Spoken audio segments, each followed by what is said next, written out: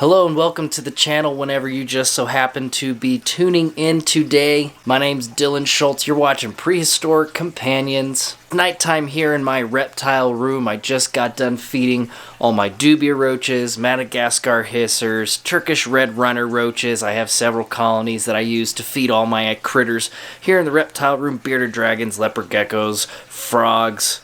Just finished up changing out substrate in all my ball python tubs as well. Fresh cocoa husk for everybody. These lights just went out. Got some nice stars and galaxy action happening up in here. So for those of you who have been following me for a while, you'll know that last week, April 29th and May 1st, I hatched my very first clutch of ball python eggs. It's been almost a week exactly since they first started hatching.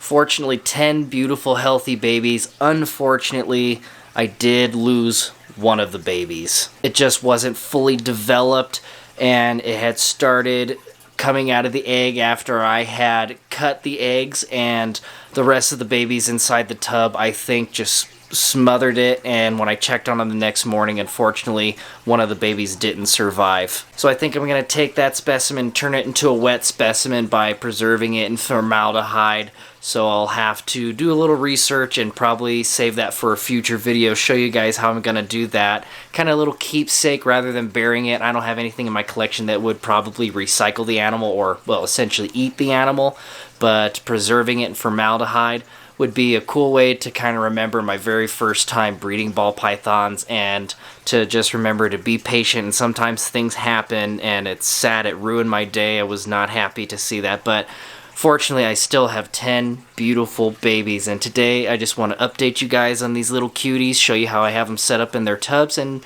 just give you guys an update on their overall well-being. So with that being said, I'm going to go ahead and roll this quick intro, and then we'll dive right in, show you guys all these little cuties.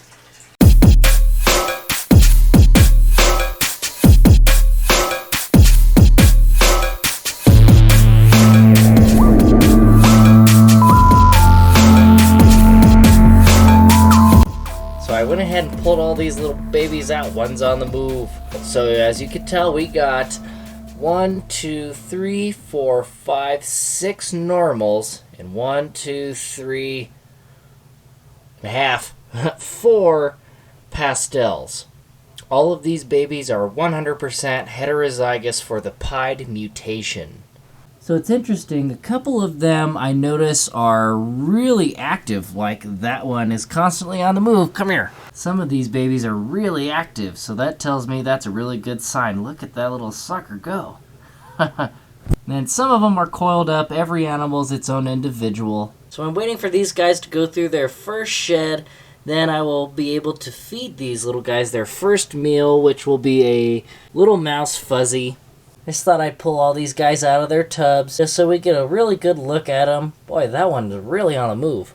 Some of these guys have just the most unique patterns, in my opinion. Couldn't be happier with my very first clutch of ball python eggs. Even though these guys are pretty simple as far as genetics goes with this species, they can get pretty complicated and complex, and so many of the combinations out there are just really out of this world. Here's one right now, curious at the camera. In my next video, I'll have to do a size comparison.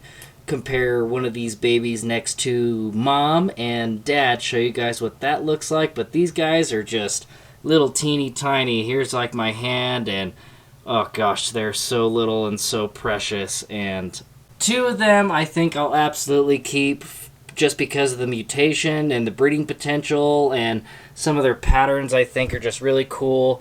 And I've been spending time with them just trying to observe their behavior. I definitely want some of the ones like this guy. It seems quite comfortable and not coiled up, very explorative. This one as well. That shows me that, you know, maybe they have great personalities and might, hopefully, I don't know if that's something that's genetic, but something that might be worth passing on to future offspring. So each of these babies has their own tub in this hatchling rack my father and I built. So far the temperature's been on point, just waiting for these guys to go through their first shed. I've seen some of them drink out of the cups of water that I have for them in there. So these guys are thriving, doing excellent. They're thermal regulating pretty well. They're moving to the front of the tub and back of the tub to get warm or cool down, just as they naturally should.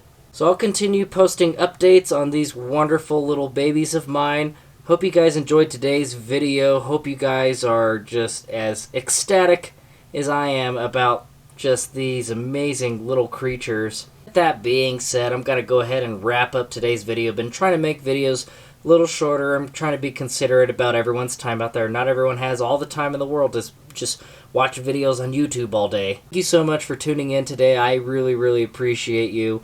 I certainly hope to catch you guys all in the next episode of Prehistoric Companions. Have a wonderful week. Take it easy, and until next time.